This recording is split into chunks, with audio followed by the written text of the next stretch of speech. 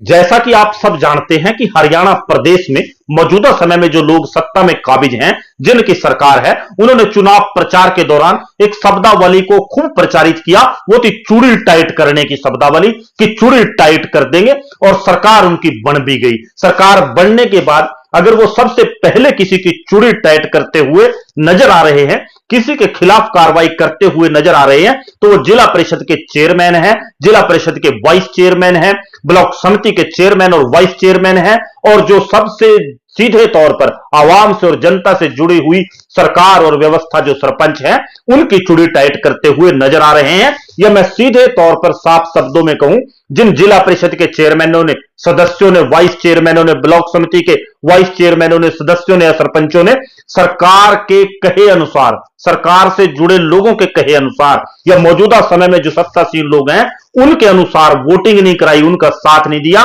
जो मौजूदा समय में विपक्ष में हरियाणा में कांग्रेसी लोग बैठे हैं, उनका साथ कहीं ना कहीं देने का काम किया।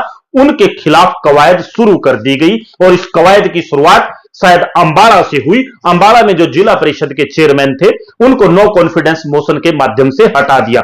ये जिला परिषद के जो चुने हुए सदस्य हैं, उनका प्रेरोगेटिव है, उनका अधिकार है कि वो चेयरमैन और वाइस चेयरमैन को जब मर्जी हटाएं। लेकिन मौजूदा व्यवस्था में जो अंबाला में खेल हुआ है, उसमें कहीं ना कहीं वो सरकार, वो व्यवस्था, वो अधिकारी जिनकी जिम्मेवारी और जिनका दायित्व कानून के शासन का, नियमों का पालन करवाना होता है, वो धज्जियां उड़ाते हुए नजर आए। और कहीं ना कहीं जो जनता की सरकार, लोगों की सरकार है, उसका गला घोटते हुए प्रशासन, सरकार से जुड़े लोग और व्यवस्था से जुड़े लोग नजर आए। ऐसा हम क्यों कह रहे हैं? ऐसा कहने के हमारे पास कारण है। हमारे पास जो मीडिया रिपोर्ट के माध्यम से सूचना आई है, उस सूचना का अवलोकन करने के बाद हमने पाया कि अंबाला जिला परिषद के चेयरमैन को कुर्सी से हटाने के लिए जो नो कॉन्फिडेंस मोशन था, उसमें जो प्रक्रिया अपनाई गई, उसमें जो मौजूद सदस्य थे उनसे हाथ खड़े करके पूछा गया, जबकि लोकतांत्रिक व्यवस्था नियमों और कानूनों के खिलाफ है।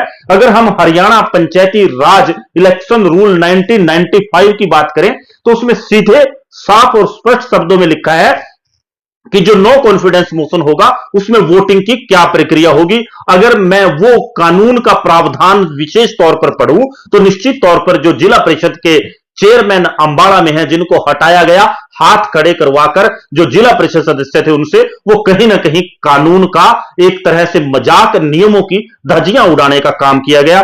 The voting in the meeting shall be by the secret ballot for which the presiding authority shell make the necessary arrangement. इसमें सेल शब्द का इस्तेमाल किया गया कि होगी ही हर हालात में जो वोटिंग होगी नो कॉन्फिडेंस मोशन की, वो सीक्रेट बैलेटिंग सिस्टम के माध्यम से होगी। लेकिन अंबाला में जो हुआ, उसमें सीक्रेट बैलेटिंग सिस्टम के माध्यम से वोटिंग नो कॉन्फिडेंस मोशन की ना कराकर सीधे तौर पर जो सदस्य थे उनसे हाथ खड़े करके पूछा गया।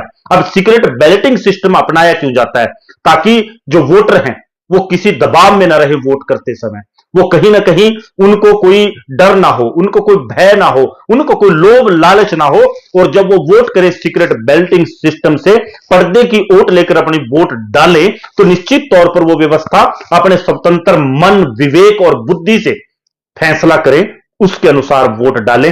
लेकिन जो सीक्रेट बैलेटिंग सिस्टम से वोट नहीं होती, उसमें कहीं ना कहीं जो लोग सामने देख रहे होते हैं, निश्चित तौर पर उनका प्रभाव रहता है। और यही अंबाला के जिला परिषद के जो चेयरमैन हैं, उनको हटाने के लिए व्यवस्था अपनाई गई।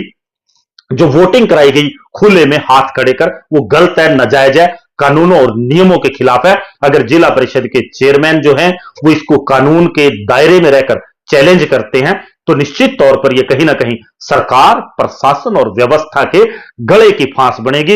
लेकिन यह निर्णय जो जिला परिषद के चेयरमैन है उन्होंने करना है, इस लड़ाई को कानूनी स्तर पर लड़ना है, या निश्चित तौर पर इस लड़ाई को बिना लड़े ऐसे ही छोड़ देना है। लेकिन हमारा दायित्व आपके साथ वो जानकारी साझा करनी थी, आपके साथ वो सूचना साझा करनी थी, आपके साथ कानून के वो प्रावधान साझा करने थे जिनमें यह व्यवस्था है कि नो कॉन्फिडेंस मोशन भी अगर लेकर आया जाएगा, तो उसमें भी निश्चित तौर पर जो वोटिंग होगी वो सीक्रेट बैलेटिंग सिस्टम से होगी, ताकि लोकतंत्र की पवित्रता, पायसनेस को बरकरार रखा जा सके। अब निर्णय आप खुद करें कि जो अंबाला में हुआ वो जायज था, नाजायज था, सरकारें बदलने के कारण हुआ या सरकारें ना बदलने के कारण हुआ, उसके पीछे कौन लोग थे, उसके कारण क्या थे, आपकी राय क्या है, आप भी कमेंट के माध्यम से बताएं।